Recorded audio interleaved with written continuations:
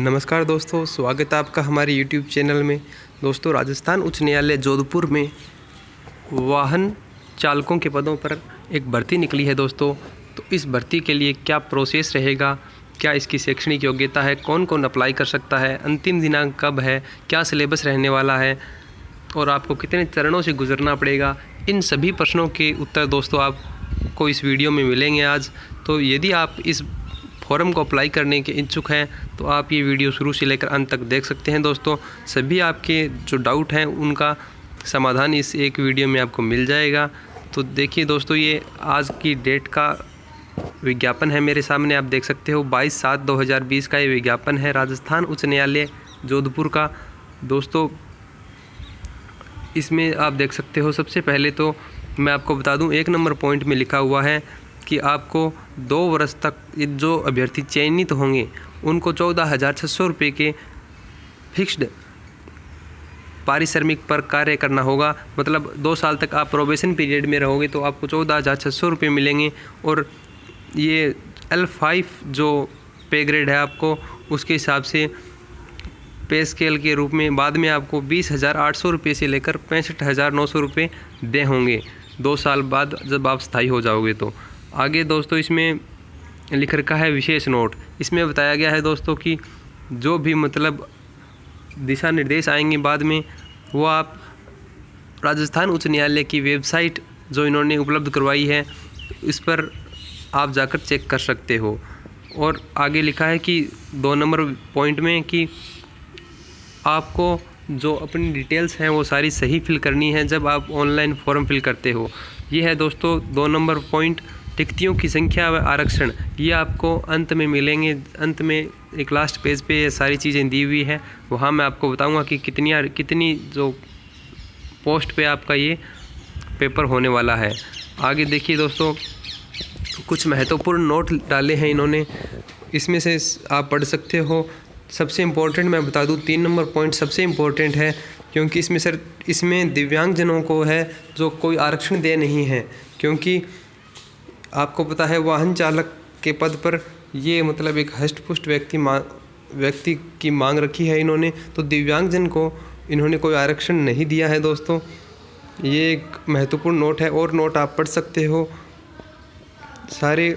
आगे लिखा है दोस्तों कि आपको आरक्षण किस रूप से मिलेगा, ये भी आप अपने आप पढ़ सकते हो दोस्तों। स्क्रीनशॉट लेके पढ़ सकते हो या वीडियो को पॉज करके पढ़ सकते हो दोस्तों कि किस प्रकार आपको आरक्षण मिलेगा। इसमें भी एक इम्पॉर्टेंट पॉइंट बता दूं मैं आपको, जो 10 नंबर है दोस्तों, कि यदि आपको जो पद सामान्य वर्ग के लिए आरक्षित हैं उन पदों पर आपका चयन करवाना है अपने आप को, तो आपको आरक्षण का लाभ नहीं मिलेगा दोस्तों। आपको सामान्य वर्ग की कट ऑफ पार करनी ही होगी। आगे दोस्तों इसमें लिखा है कि अब आती है मेन चीज़ दोस्तों, कि इसके लिए न्यूनतम शैक्षणिक, शारीरिक व तकनीकी योग्यता क्या है, कौन कौन इसे अप्लाई कर सकते हैं, कितनी पढ़ाई के बाद इसे आप अप्लाई कर सकते हैं। तो दोस्तों सबसे पहले पॉइंट में आप देख सकते हो, अभ्यर्थी माध्यमिक शिक्षा बोर्ड राजस्थान या सरकार द्वारा मान्यता प्राप्त किसी अन्य बोर्ड से सीनियर सेकेंडरी उत्तीर्ण किया हुआ होना चाहिए। तो दोस्तों 12th यदि आपके पास है तो ही आप इस भर्ती के लिए एलिजिबल हो। आगे आप साथ ही आपको हल्के वाहन व परिवहन वाहन चालन की वैध अनुज्ञप्ति धारक होना चाहिए। मतलब आपको लाइट और हेवी आपके पास दोनों ड्राइविंग लाइसेंस होने चाहिए दोस्तों, तभी आवेदन कर सकते हो। आगे लिखा है, अभ्यर्थी को हल्के वाहन और परिवहन वाहन चलाने के लिए वैध ड्राइविंग अनुज्ञप्ति यानी लाइसेंस प्राप्त करने के पश्चात उक्त वाहनों को चलाने का 3 वर्ष का अनुभव भी होना चाहिए। कब तक? इस साल में दोस्तों 2020 में 31 अगस्त तक की 3 वर्ष का अनुभव भी होना चाहिए। मतलब आपके जो ड्राइविंग लाइसेंस है वो 3 वर्ष पुराने होने चाहिए तथा आपको 3 वर्ष का वाहन चलाने का अनुभव होना चाहिए। आगे अभ्यर्थी की आंखों की दृष्टि चश्मे या बिना चश्मे के 6/6 होनी चाहिए। तो दोस्तों आप देख सकते हो, आपकी आंखें भी 6/6 होनी चाहिए, चाहे आप चश्मा लगाते हो या नहीं लगाते हो, दोनों के साथ आपको 6/6 की दृष्टि होनी चाहिए। तथा अभ्यर्थी को रोड साइड वाहन मरम्मत करने के ज्ञान व वाहन चालन में दक्षता होनी चाहिए। तो दोस्तों आपको यदि वाहन रास्ते में ख़राब हो जाता है तो आपको उसकी रोड साइड मरम्मत करने की आप में योग्यता होनी चाहिए। तो ये कुछ दोस्तों शैक्षणिक, शारीरिक व तकनीकी योग्यता थी कि आपकी आंखें 6/6 होनी चाहिए, आप 12th पास होने चाहिए, आपके पास कम से कम 3 वर्ष के अनुभव के साथ लाइट और हेवी ड्राइविंग लाइसेंस होने चाहिए। ये थी दोस्तों इसकी शैक्षणिक योग्यता। आगे है शारीरिक उपयुक्तता। तो इसमें बताया गया है कि आपको कोई मानसिक और शारीरिक परेशानी नहीं होनी चाहिए जिससे कि आप अपना कर्तव्य का पालन न कर सको। मतलब आपको वाहन चालन में दिक्कत हो, ऐसी आपकी कोई समस्या नहीं होनी चाहिए शरीर में। तथा चिकित्सा प्राधिकारी का प्रमाण पत्र प्रस्तुत करना होगा कि आप बिल्कुल स्वस्थ हो। आगे राष्ट्रीयता लिखा है, ये आप भर सकते हो। भारत के समस्त नागरिक एलिजिबल हैं, नेपाल के भी हैं और भूटान का प्रजाजन हो, भूटान के भी लोग इसके लिए एलिजिबल हैं। आगे दोस्तों एक महत्वपूर्ण टॉपिक और आता है कि आयु क्या होनी चाहिए। तो दोस्तों 1 जनवरी 2021 को आपको 18 वर्ष की आयु या इससे अधिक होना चाहिए। मतलब 1 जनवरी 2021 तक आप 18 वर्ष की आयु प्राप्त कर चुके हो तथा 40 वर्ष से अधिक न हो। आगे इसमें जो रिलैक्सेशन मिलता है, जो आरक्षण मिलता है, ये वो देख सकते हो आप। जो छूट मिलती है कुछ आरक्षण के हिसाब से, वो इसमें सारी लिखी हुई है, आप पढ़ लेना। इसमें पॉइंट हैं ये जो सारे कि किस प्रकार से आपको आरक्षण मिलेगा। आगे आता है दोस्तों चरित्र। तो चरित्र ऐसा होना चाहिए कि मतलब जिसमें आपने जैसे 12th का आपको चरित्र प्रमाण पत्र लगेगा कि आपके चरित्र उत्तम है, ये जो विद्यालय से आपको मिल ही जाएगा। तथा 2 उत्तरदायी व्यक्ति, जैसे 2 कोई व्याख्याता हो, गांव का सरपंच हो, उसके भी 2 प्रमाण पत्र लगेंगे कि वो भी 6 माह से पुराने नहीं होने चाहिए दोस्तों। आगे आता है दोस्तों परीक्षा शुल्क। तो सामान्य वर्ग, आर्थिक रूप से कमज़ोर वर्ग यानी EWS वर्ग के लिए, अन्य पिछड़ा वर्ग, अति पिछड़ा वर्ग व अन्य राज्य के आवेदकों के लिए 400 रुपये तथा SC/ST के आवेदकों के लिए मात्र 250 रुपये इसमें परीक्षा शुल्क रखा गया है। परीक्षा शुल्क की वापसी के बारे में इन्होंने लिखा है कि परीक्षा शुल्क की वापसी नहीं की जाएगी कोई भी मतलब कंडीशन में। ये आपकी जो परीक्षा शुल्क की वापसी नहीं करेंगे। आगे है नियुक्ति के लिए निर्हरताएँ कि ये कुछ नियम है दोस्तों, आप पढ़ सकते हो। इसमें कोई ज़्यादा मतलब वो बात नहीं है कि आप इसके लिए एलिजिबल नहीं होगी, आप पढ़ लेना, ये कोई ज़्यादा इंपॉर्टेंट चीज़ नहीं है। आगे है कि परीक्षा की स्कीम और पाठ्यक्रम, जो एक महत्वपूर्ण टॉपिक है दोस्तों। इसमें लिखा गया है लिखित परीक्षा। अब आप देख सकते हो यदि विज्ञापित रिक्तियों के संबंध में कुल रिक्तियों के 10 गुना से अधिक आवेदन प्राप्त होते हैं तो अभ्यर्थियों की छंटनी हेतु वस्तुपरक किस्म की लिखित परीक्षा आयोजित की जाएगी। तो दोस्तों यदि ये लिखित परीक्षा तभी आयोजित की जाएगी जब जो टोटल वैकेंसी के जो पद हैं उसकी 10 गुना से अधिक आवेदन इनके पास आते हैं। वस्तुपरक किस्म की लिखित परीक्षा सिर्फ छंटनी हेतु आयोजित की जाएगी एवं उक्त परीक्षा के प्राप्तांकों को अंतिम वरीयता सूची बनाते समय सम्मिलित नहीं किया जाएगा। तो दोस्तों ये जो आपकी फाइनल मेरिट बनेगी वो इन अंकों के आधार पे नहीं बनेगी, ये केवल आपकी मेरिट बनाने के लिए ही है कि 10 गुना अभ्यर्थी इनको लेने हैं। यदि 10 गुना से ज़्यादा हो जाते हैं तो ये परीक्षा करवाएंगे तथा आप 10 गुना अभ्यर्थियों में आते हो, इसके लिए आप चाहे कितने भी अंक लेके आओ ये मैटर नहीं करता, क्योंकि फाइनल मेरिट में आपके अंक नहीं जुड़ेंगे। ये केवल आपकी एक छंटनी के लिए माध्यम होगा। इसमें इन्होंने लिख रखा है लिखित परीक्षा कुल 100 अंकों की होगी जिसकी अवधि 2 घंटे की होगी, जिसमें निम्न विषय होंगे। आप देख सकते हो हिंदी व अंग्रेजी भाषा में लिखे हुए यातायात निर्देश, यातायात से संबंधित साइन बोर्ड्स, पथ निर्देश आदि को पढ़ने व समझने का ज्ञान होना चाहिए आपके पास। वाहन एवं रोड साइड मरम्मत की तकनीकी ज्ञान होना चाहिए। यातायात नियमों के ज्ञान से संबंधित, यातायात चिन्हों के ज्ञान से संबंधित। तो दोस्तों जो एग्ज़ाम है वो भी आपका प्योर इसी आपकी स्किल्स के बेस पे, इसमें कोई एक्स्ट्रा चीज़ें नहीं आने वाली है। आप देख सकते हो आगे इन्होंने अंकों का डिसाइड किया है कि इतने इतने अंक के ये जो मतलब आपको बताए हैं कि ये क्वेश्चंस होंगे। आगे लिखा है 100% होंगे टोटल तथा प्रत्येक पर्सन 1 अंक का होगा। गलत पर्सन के लिए नेगेटिव मार्किंग भी नहीं है, एक अच्छा पॉइंट है दोस्तों। आगे लिखा है कि ये परीक्षा है जो ऑफलाइन होने वाली है दोस्तों, और बाद में कुल जो खाली पद हैं उसके हिसाब से कैटेगरी वाइज 10 गुना तक के अभ्यर्थी पास किए जाएंगे दोस्तों, जो आगे जाकर जॉब टेस्ट व साक्षात्कार यानी इंटरव्यू देंगे। तो दोस्तों मतलब 10 गुना प्रत्येक कैटेगरी के 10 गुना अभ्यर्थियों को बुलाया जाएगा आगे के चरण के लिए।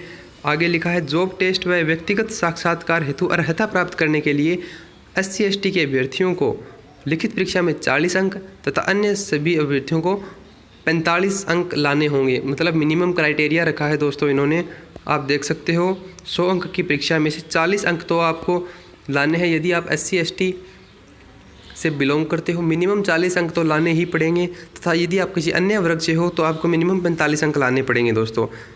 और आगे लिखा है कि जो आपकी आंसर की वगैरह आएगी वो साइट दे रखी है इन्होंने परीक्षा होने के बाद। तो दोस्तों जैसे ही आप मान लो प्रथम चरण में पास हो गए, आप 10 गुना अपनी कैटेगरी के 10 गुना अभ्यर्थियों में आ रहे हो, तो आपका होगा जॉब टेस्ट, वो होगा 90 अंक का। जॉब टेस्ट के अंतर्गत ड्राइविंग लाइसेंस 70 अंक, ड्राइविंग टेस्ट होगा आपका 70 अंक का, व रोड साइड मरम्मत परीक्षा होगी 20 अंक की। और जो आप इसमें है पर्सनल इंटरव्यू जो 10 अंक का है दोस्तों। जैसे मतलब कुल मिलाकर ये परीक्षा होगी दोस्तों 200 अंकों की, लेकिन लिखित परीक्षा के जो नंबर हैं वो नहीं जुड़ने वाले हैं, वो केवल आपकी छंटनी हेतु होगी। मेन जो नंबर है वो जॉब टेस्ट व व्यक्तिगत साक्षात्कार के ही जुड़ने वाले हैं। आगे भी आप में देख सकते हो इसमें कि जॉब टेस्ट व साक्षात्कार के कुल अंकों में से SC व ST को 45 अंक व अन्य सभी वर्गों को 50 अंक लाने होंगे। मतलब जॉब टेस्ट में भी दोस्तों आप देख सकते हो ये साक्षात्कार का कुल मिलाकर 100 नंबर का हो जाता है, उसमें से 45 अंक SC ST को व 50 अंक सभी वर्गों को लाने होंगे। मिनिमम क्राइटेरिया रखा गया है दोस्तों ये। और चयन के लिए सफल अभ्यर्थियों की मेरिट है वो जॉब टेस्ट व पर्सनल इंटरव्यू के आधार पर ही की जाएगी। मैंने आपको बता ही दिया कि लिखित परीक्षा के जो नंबर है वो आपके नहीं जुड़ने वाले, वो केवल आपकी छंटनी हेतु है। आपका जो सिलेक्शन का आधार बनेगा वो है जॉब टेस्ट व पर्सनल इंटरव्यू के 100 नंबर हैं, वही आपके डिसाइड करेंगे दोस्तों। तो आपकी इसमें पकड़ अच्छी होनी चाहिए। आगे ऑनलाइन आवेदन करने की प्रक्रिया क्या रहने वाली है ये इन्होंने बता दिया है कि आप साइट के माध्यम से जाकर ऑनलाइन आवेदन कर सकते हो। और ऑनलाइन आवेदन करने की समय सीमा जो है वो है 31 जुलाई से शुक्रवार से दोपहर 1 बजे से शुरू होगा ये ऑनलाइन आवेदन, तथा 31 अगस्त तक चलेगा दोस्तों। तो आपको 1 महीने का समय दिया जाएगा ऑनलाइन आवेदन हेतु। आप तिथि नोट कर सकते हैं कि 31 जुलाई से लेकर 31 अगस्त तक आपके फॉर्म ऑनलाइन फिल किए जाएंगे। इसके संबंधी दिशा निर्देश जल्द ही साइट पर उपलब्ध करवा दिए जाएंगे। आगे लिख रखा है दोस्तों कि आवेदन संबंधित महत्वपूर्ण निर्देश, आपने जो कैटेगरी में फॉर्म भरा है वो चेंज नहीं होगी बाद में, आपको ये ध्यान पूर्वक भरना होगा, तथा ये जो अन्य निर्देश हैं वो आप पढ़ सकते हो।